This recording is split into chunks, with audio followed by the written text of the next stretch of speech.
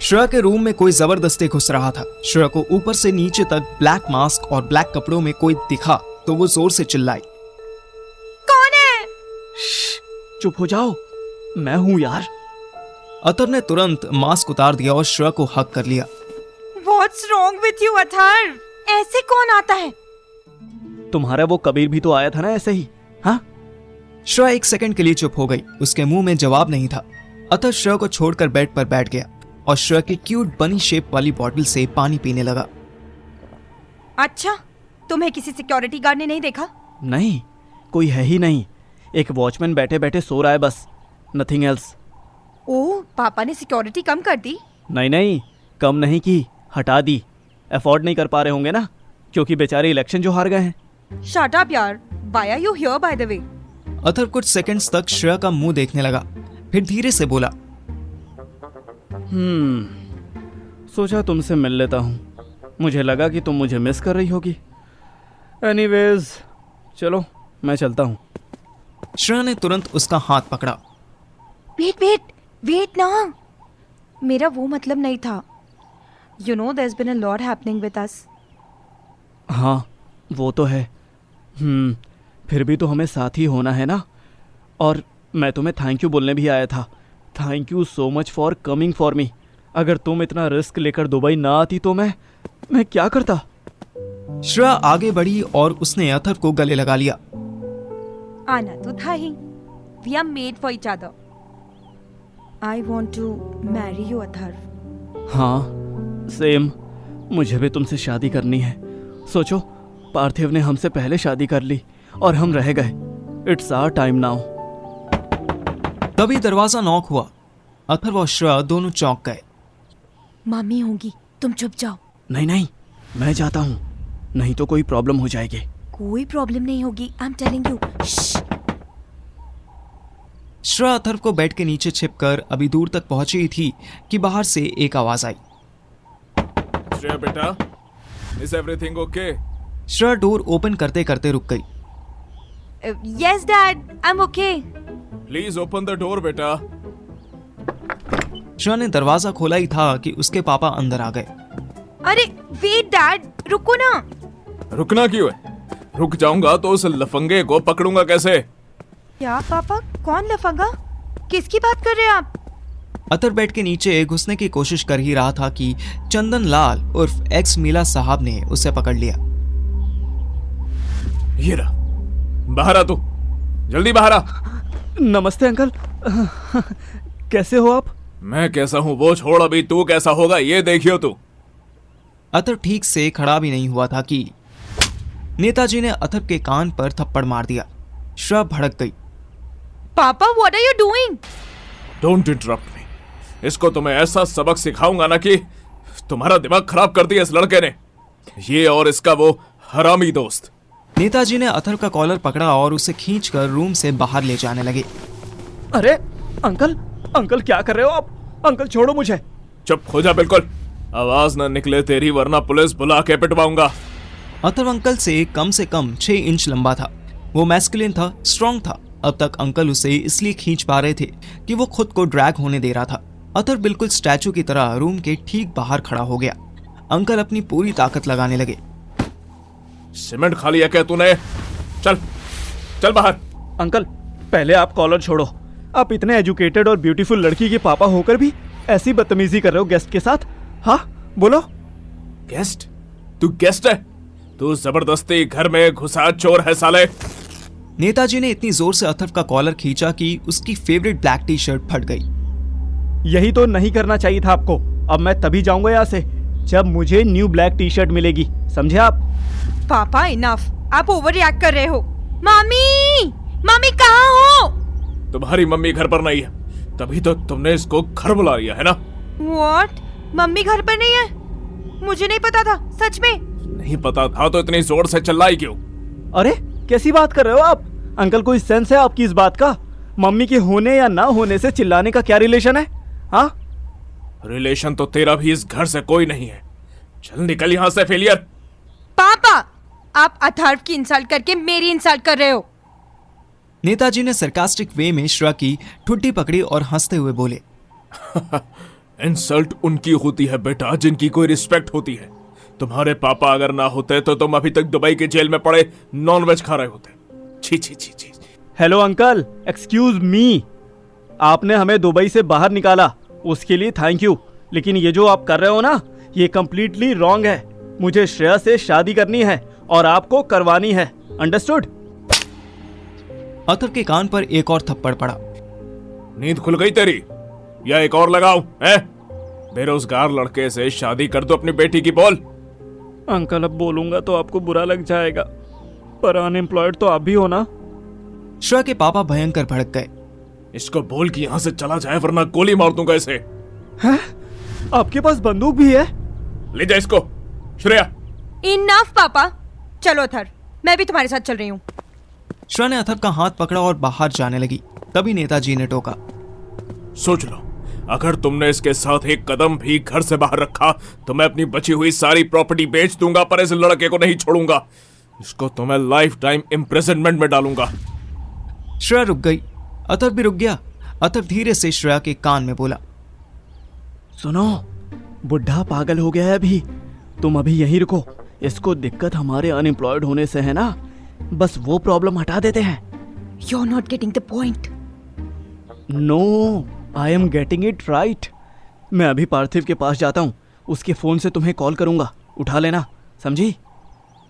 श्रेया ने आंखों ही आंखों में हाँ कहा और वापस अपने रूम की तरफ भाग गई। अतर मुझे ड्रामेटिक स्टाइल में सारी बात बता चुका था। वो श्रेया के घर से निकलकर सीधा मेरे पास आया था। हम दोनों बहुत टाइम बाद मेरे रूम में बैठे थे। सही किया तूने, इतने दिनों बाद तो सुकून से सो पाए हैं। फिर से जेल और पुलिस के पंगे लेने का बिल्कुल मन नहीं है। हाँ यार, एटलीस्ट 15-20 दिन तो निकल जाए, उसके बाद केस हो जाए तो कोई बात नहीं। शुभ शुभ बोल साले। अबे यार, शुभ शुभ बोल तू। तेरे ताऊ जी ने तो तेरा रूम मस्त कर दिया है, ऐसा लग ही नहीं रहा कि यहाँ पे बॉम्ब फटा था। पर ताऊजी ने रूम बनाने की जो फीस ली थी ना भाई, वो झेली नहीं गई मुझसे और मम्मी से। एनीवेज तू बता, काम का क्या करना है? वैसे मेरे दिमाग में एक आइडिया आया तो है। हाँ पता है तेरा आइडिया, एक कोचिंग खोलनी होगी। और अब तो तेरा बाप भी नहीं है तो तू घर से ही ऑपरेट कर सकता है।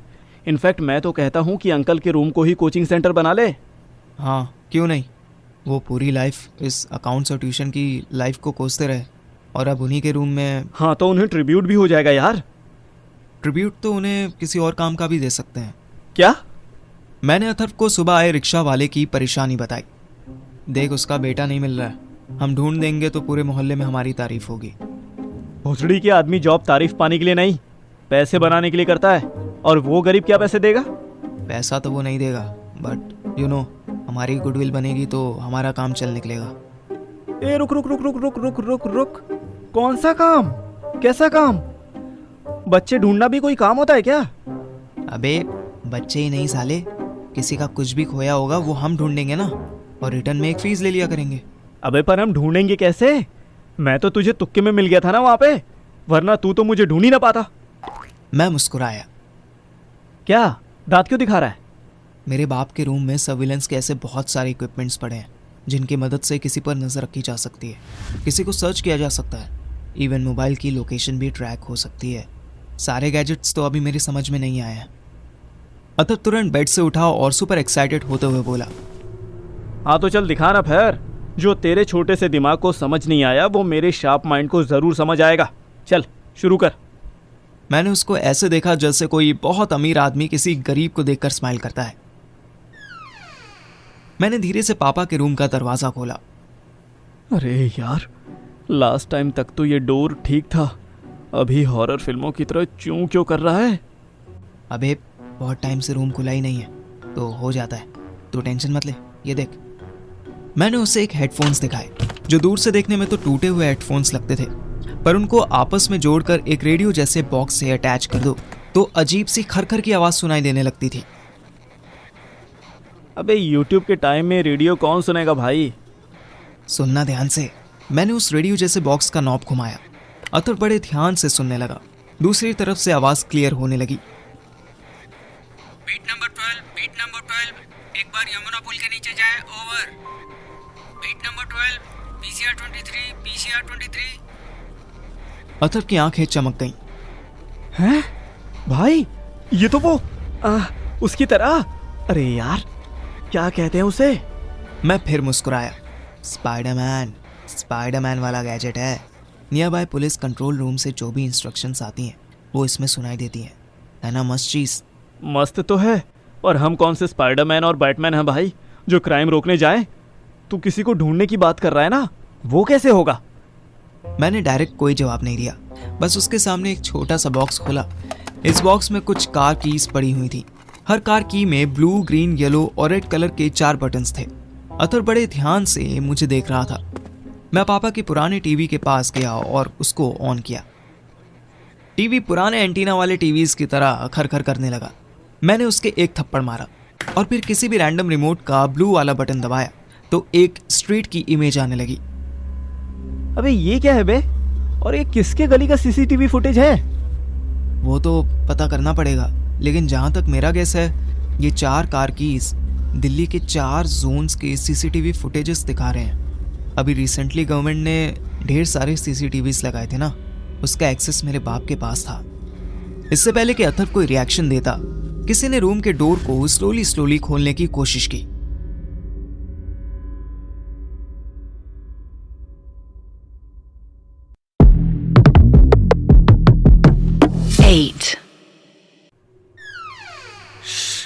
कोई अंदर आ रहा है। मैं और अथर्व मेरे बाप के रूम में अभी सिटी के सीसीटीवी पर नजर रखने वाले गैजेट्स देख ही रहे थे कि रूम डोर धीरे धीरे खुलने लगा। कौन है? जितने कॉन्फिडेंस से मैंने सवाल किया था उतनी ही बदतमीजी से मुझे रिस्पांस मिला। तेरी माँ है। क्या हो रहा है यहाँ? मैं और अथर्व दोनों घबरा गए। लिटरली हमारे रोंगटे खड़े हो गए। मम्मी ऐसे डराओ मत। अरे मैं तुझे क्या डराऊंगी, मैं तो खुद डर गई थी। मुझे लगा तेरे पापा की आत्मा आई है जो धीरे धीरे किसी से बात कर रही है। क्या मम्मी, कुछ भी। आत्मा ऐसे दिन में क्यों आएगी? भाई वाह, कमाल की बात करता है तू। अरे आत्मा के लिए क्या दिन और क्या रात, वो तो कभी भी आ सकती है। पर पंडित जी तो बोले थे कि 13वीं करने के बाद आत्मा शांत हो जाती है। अरे वो तो नॉर्मल आत्माओं के लिए होता है बेटा। तेरे बाप की आत्मा 13 तो क्या 130 दिनों में भी शांत नहीं होने वाली। मुझे धीरे धीरे समझ आ रहा था कि मेरा इतना अच्छा सेंस ऑफ ह्यूमर क्यों है। मम्मी आप प्लीज बोर मत करो, मैं और अथर्व कुछ इम्पोर्टेंट कर रहे हैं। बस बस रहने दो। तुम दोनों ने आज तक कुछ इम्पोर्टेंट किया है जो अब करोगे? जब भी कुछ इम्पोर्टेंट करने जाते हो तभी कुछ ना कुछ बर्बादी ही कर देते हो। अथर्व हम दोनों के आर्गुमेंट से बहुत दूर निकल चुका था। वो कार कीज के बटन्स को बार बार प्रेस करके सीसीटीवी की लोकेशंस बदल रहा था। मम्मी प्लीज ना, जाओ आप। मुझे एक कप चाय पिला दे, फिर मैं चली जाऊंगी। कहाँ? अथर्व की मम्मी ने बुलाया है मुझे। तुम तीनों को वापस लाने में जो खर्चा हुआ है ना, उसका हिसाब करना है। कुछ भी, हम तो खुद आए। आपने तो बस मुंबई से दिल्ली हाँ तक। तो मुंबई से दिल्ली के पैसे नहीं लगते क्या? चल तू बहस मत कर, जा एक कप चाय बना, मैं तब तक तैयार हो जाती हूँ। मम्मी अपना ऑर्डर मारकर चली गई। मैं अथर्व को बच्चों की तरह कार कीज से खेलते हुए देखने लगा। भाई मत करिए चूतियापा, छोड़ दे इसे, बाद में देख लेंगे। ऐसे तेरी कुछ समझ नहीं आएगा। पार्थू बेटा तुझे 100 बार कहा है कि बाप को चूतिया मत समझा कर। देख ये स्प्लिट स्क्रीन हुआ है, ये सीसीटीवी हनुमान मंदिर के सामने वाला है। अथर्व ने येलो बटन दबाकर टीवी स्क्रीन को 4 पार्ट्स में डिवाइड कर दिया। फिर राइट कॉर्नर में हमें हनुमान जी की टॉल मूर्ति दिखाई दी। अबे हाँ यार, ये तो वाकई में अपना एरिया। मेरे इतना कहने की देर थी कि एक कबूतर सीसीटीवी पर बैठा और बिल्कुल स्क्रीन के ऊपर उसने पॉटी कर दी। मनहूस है तू एक नंबर का, तेरे आते ही कबूतर के लूज मोशन हो गए चूतिया। कोई नहीं, मैं चाय बनाकर आता हूँ। तू बिना किसी चीज को तोड़े चेक कर और अपने काम का क्या हो सकता है, ठीक है? अथर्व ने मुंडी हिला दी। मैं चला गया। मेरे जाते ही उसने बेड बॉक्स फिर से खोल दिया। उसने बहुत ध्यान से एक सामान को देखना शुरू कर दिया। अरे यार ये क्या चूतियापा है। उसे लकड़ी के 2 छोटे से बॉक्सेस दिखे। अथर्व ने एक बॉक्स उठा लिया। उसके अंदर से धूल से सना हुआ एक चश्मा निकला। अथर्व ने चश्मा लगाया तो उसको दिखना ही बंद हो गया। भैंस की टांग, ये क्या बवासीर है? हैं? इतनी पावर? एक मिनट। अथर्व ने चश्मे के लेफ्ट साइड की डंडी पर एक बार टैप किया तो चश्मे के लेंस ने अपने आप फोकस सेट करके उसका विजन क्लियर कर दिया। ओ तेरी ऐसी की तैसी, ये तो बहुत कूल है भाई। अतर ने उसी चश्मे से टीवी देखा तो स्प्लिट स्क्रीन के हर सेक्शन पर उसे सीसीटीवी का नंबर, जीपीएस लोकेशन और जगह का नाम भी दिखाई देने लगा। ओए पार्थिव, पार्थिव जल्दी आ, देख ये तो गजब आइटम है यार। दरवाजा खुला ही था कि अतर भी चिल्लाया, जल्दी आ साले, देख। पर उसकी बात आधी मुंह में ही रह गई थी क्योंकि डोर पर मैं नहीं, मेरी माँ थी। क्या हुआ? ऐसा क्या दिख गया तुझे? क्यों चिल्ला रहा है? और तुझे इस कमरे में अकेला छोड़ा किसने? चल बाहर आ। अतर अपनी जगह से हिला भी नहीं। कुछ नहीं आंटी, वो बस मैं। क्या बस मैं? हाँ, और अंधेरे में चश्मा लगा के मीका सिंह क्यों बन रहा है रे? उतार इसे। अतर ने तुरंत चश्मा उतार दिया। सॉरी आंटी, वो वीडियो गेम मिल गया था ना तो। बस बस बकवास नहीं, चल बाहर आ। रूम से बाहर आना तो दूर, अतर उस रूम में कम से कम 1 महीने के लिए रहना चाहता था, पर मेरी माँ थी जो उसको तुरंत बाहर करना चाहती थी। अतर को एक शरारत सूझी, उसने आंखें बंद कर ली। अशोक अंकल, सॉरी, आंटी नहीं चाहती कि मैं आपकी बात मानूं, प्लीज मुझे माफ करना। मेरी मम्मी ने उसे फुसफुसाते हुए सुना तो दरवाजे से 1 कदम पीछे हट गई। ये क्या बड़बड़ा रहा है तू? कुछ नहीं आंटी। अतर मेरी मम्मी के पास आया और रूम से बाहर निकलने से पहले बिल्कुल सीरियस फेस बनाकर धीरे से बोला, धीरे बोलिए, अंकल सब सुन रहे हैं। वो चाहते हैं कि हम उनके रूम में ही रहें। अगर हम उनकी परमिशन के बिना बाहर निकले तो वो पूरे घर में आ जाएंगे। ये क्या बकवास कर रहा है रे तू?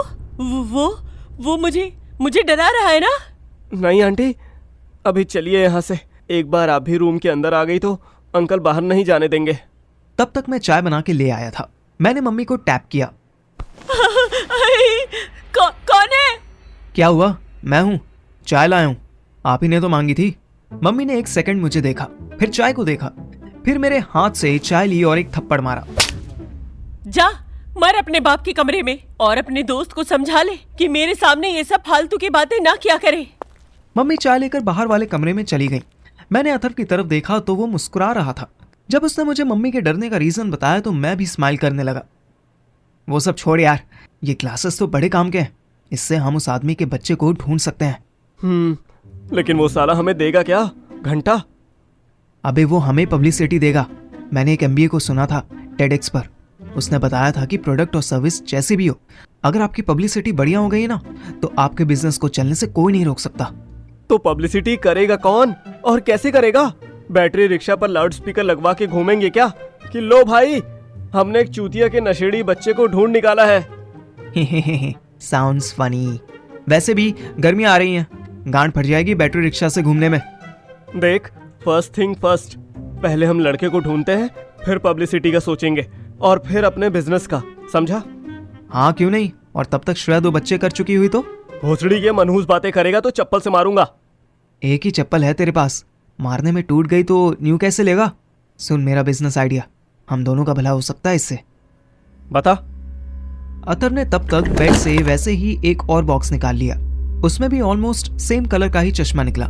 ये गॉगल्स वैसे भी बड़े मस्त हैं यार, ऐसे दिन में पहन के निकलेगा तो मजा आ जाएगा, हीरो लगेंगे हीरो। सही कह रहा है तू। भोसड़ी के हीरो तो लगेंगे, लेकिन गलती से लेफ्ट साइड वाला बटन मत दबा दियो, वरना दिखना ही बंद हो जाएगा। उसके कहने की देर ही थी कि मैंने चश्मे की लेफ्ट साइड वाली डंडी पर टच किया तो मुझे पहले से बेटर दिखने लगा। क्या बात कर रहा है, मुझे तो बल्कि क्लियर दिखने लगा। अतर ने 1 सेकंड तक सर खुजाया, फिर मेरी आंखों से चश्मा नोचकर अपनी आंखों पर लगा लिया। ओ भाई, ये क्या ड्रामा है? ऐसा लग रहा है मक्खी की आंखों में देख रहा हूँ। ओ नो, ओ बैंचोद। नौटंकी क्यों कर रहा है? सीधे बोलना। मेरे बाप ने इन चश्मों को मेरी आई साइड के हिसाब से बनाया था भाई चूतिए। तभी बाहर से मम्मी की आवाज आई, पार्थिव, मैं जा रही हूँ, 2 रोटी रखी है रसोई में, ये आया है ना, इसको दे दे। क्या यार, 2 मिनट मम्मी मुझे चैन नहीं लेने देती। कौन आया है, किसे रोटी दे दूं? आता हूँ। बंदर होगा, तेरे पापा नहीं रहे ना तो मम्मी ने सोचा होगा कि उनके नाम की रोटी बंदर को दे देती हूँ। मेरी मम्मी भी दादा की रोटी। अतर को रियलाइज हुआ कि मैं उसे घूर रहा था। वो चुप हो गया। मैंने कुछ सेकंड्स तक और घूरा और फिर बाहर आ गया। देखा तो वही रिक्शा वाले भैया थे। शेखर सुमन नाम था ना आपका? भैया राकेश सुमन, हमें रोटी नहीं चाहिए। हमें अपना बेटा चाहिए। रोटी खाने के लिए दे रही थी मम्मी, पालने के लिए नहीं। एनीवेज, अथर्व, अथर्व, बाहर आ। यही है वो डार्लिंग भैया जिनका बेटा खोया है। घर में घुसते ही सबसे पहले मेरा रूम पड़ता था, इसलिए मैंने उन्हें अपने ही रूम में बैठा लिया। सरप्राइजिंगली अथर्व एक ग्लास पानी लेकर आया और उनको दे दिया। तुझ में इतने मैनर्स कहाँ से आए बे? अब मैं वो चूतिया कॉलेज स्टूडेंट नहीं हूँ जो किटी पार्टी के समोसे खाता था। अब मैं बिजनेसमैन बन रहा हूँ और ये अपना पहला क्लाइंट है। चलिए भैया, अपने बेटे का फोटो, उसका नाम, उसकी एज, उसकी डिटेल सब बताइए। बताइए वो कौन कौन से नशे करता है और कितनी लड़कियों के साथ घूमता है। अथर्व, एक डायरी ले और नोट कर। अथर्व ने मेरी तरफ देखा। अबे पागल है क्या? अगर मैं नोट करूंगा तो मैं खुद ही नहीं पढ़ पाऊंगा। तू नोट कर। पानी पीते ही राकेश बोला। सबसे पहले तो बहुत धन्यवाद भैया। अरे पानी पिलाना तो good deed of the day होता है भैया, इसमें कैसे थैंक यू? पानी के लिए नहीं, हमरे बच्चे को ढूंढने के लिए आप राजी हुए उसके लिए। अभी सिर्फ राजी हुए हैं, ढूंढा नहीं है, और बदले में फीस लेंगे आपसे। फीस? फीस कैसे मतलब? हम कहाँ से देंगे फीस? ओहो, फीस का मतलब हर बार पैसा ही नहीं होता है। राकेश सुमन ने एक बार मुझे, फिर एक बार अथर्व की तरफ देखा। अथर्व को भी उसी टाइम गर्मी लग रही थी, तो उसने टी शर्ट उतार कर सोफे पर फेंक दी और मेरे बेड पर बैठ गया। भैया, हम उस टाइप के आदमी नहीं हैं। आप पैसा बताइए, हम कोशिश करेंगे कि धीरे धीरे करके चुका दें। हैं? किस टाइप के आदमी? भैया, हम गांड नहीं मरवाते, सच कह रहे हैं। वो बेचारा इतना वीक और गिड़गिड़ाती आवाज में हाथ जोड़कर बोला कि मुझे तरस आ गया और अथर्व को हंसी आ गई। वाह बेटे, क्या क्लाइंट मिला है पहला, शाबाश। चिल अंकल, हम भी इंटेंशनली नहीं मरवाते। आपसे जो पूछा है वो बताओ, अपने बेटे की डिटेल्स दो। अथर्व ने मेरा फोन उठा लिया और उसकी रिकॉर्डिंग शुरू कर दी। राकेश सुमन ने अपनी आंखें बंद कर ली और बोलना शुरू किया।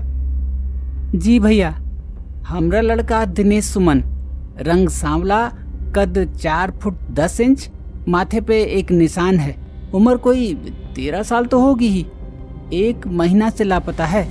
ढूंढने वाले को 1000 रुपए का इनाम दिया जाएगा। हैं? क्या बक रहे हो अंकल? इन्होंने जो एडवर्टाइजमेंट निकलवाया था उसी को मन मन में पढ़ रहे हैं। राकेश जी, आप मुझे वो पैम्पलेट दिखाइए, उसमें बच्चे की फोटो भी होगी। राकेश सुमन ने पिंक कलर की एक पैम्पलेट मुझे दिखाई। उसमें जिस बच्चे की फोटो छपी थी उसे मैंने देखा था। मैंने आंखें बंद की और जरा सा दिमाग पर जोर डाला तो याद आया कि इस बच्चे को कहाँ देखा था। मैं जानता हूँ आपके बेटे को,